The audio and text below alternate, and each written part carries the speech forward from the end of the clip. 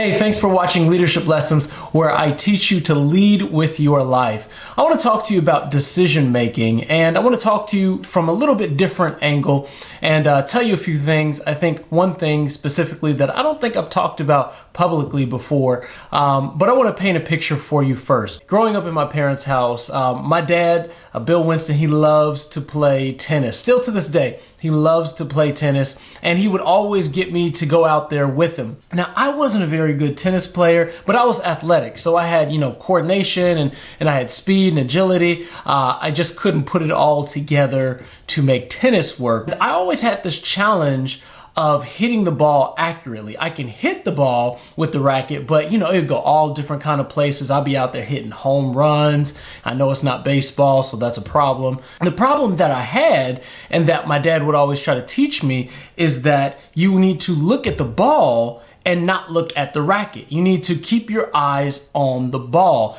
And my problem was I would always try to keep my eye on the racket. If you play tennis, you know that you will not succeed that way. Well, I wanted to paint that picture for you because decision making is a lot like that. That when you want to make good decisions as a leader, you have to be focused on where you want to go, not just where you're at right now. Leaders who can't see where they're going will never get there. That's why it's important that you have foresight as a leader and you have vision. You know where you're going. Statistics say that we make between 27 and 35,000 decisions a day.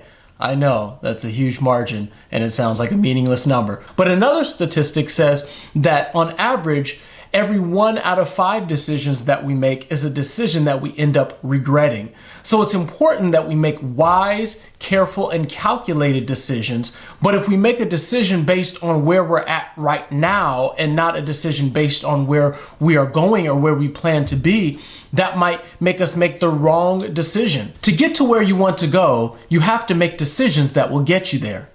For example, if you're driving on the expressway and you know that you need to get off on a certain exit, let's say First Street, and First Street is coming up. Well, you don't wait to get to First Street to then get on the exit. You actually have to make a decision a quarter mile, maybe half mile, maybe a full mile before First Street comes. You have to make the decision that I'm going to make the exit. I believe that as good leaders, we have to have foresight and we have to make decisions based on where we want to go and where God is leading us with our lives. So I told you at the beginning of the video that I would share something that I haven't yet shared before. So I have 2 tattoos.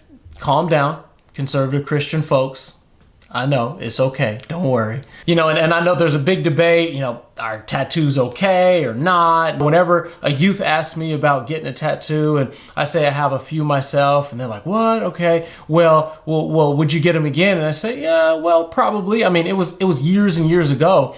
And they say, well, are you gonna get any more? And I used to say, well, I don't know, we'll see. But now I say, no, I don't think so. Well, as I continue to get more of a realistic glimpse of where God is having me to go, my decision changed from, oh, maybe, to, nah, I don't think so, because the decision to get more tattoos doesn't really match up with where I see God taking me. Nothing wrong with tattoos. I'm not talking down about them or anybody who is considering getting them or is in the midst of getting them.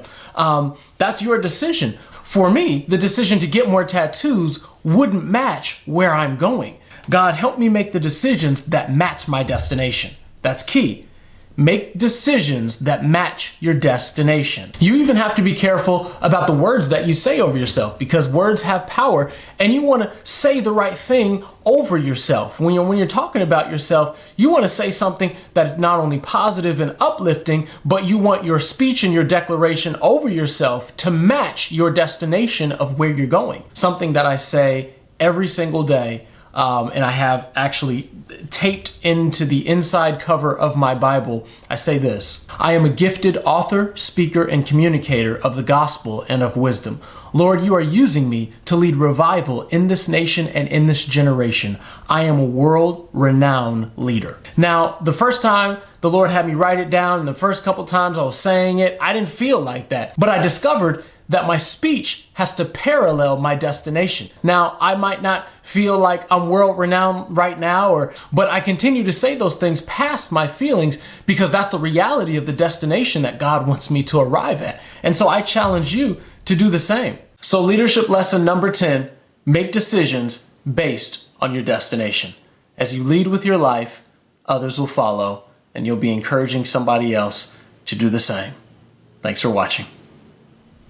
Hey, before you leave, turn on your notifications and make sure to subscribe because there's plenty more leadership lessons coming your way. I'll see you soon.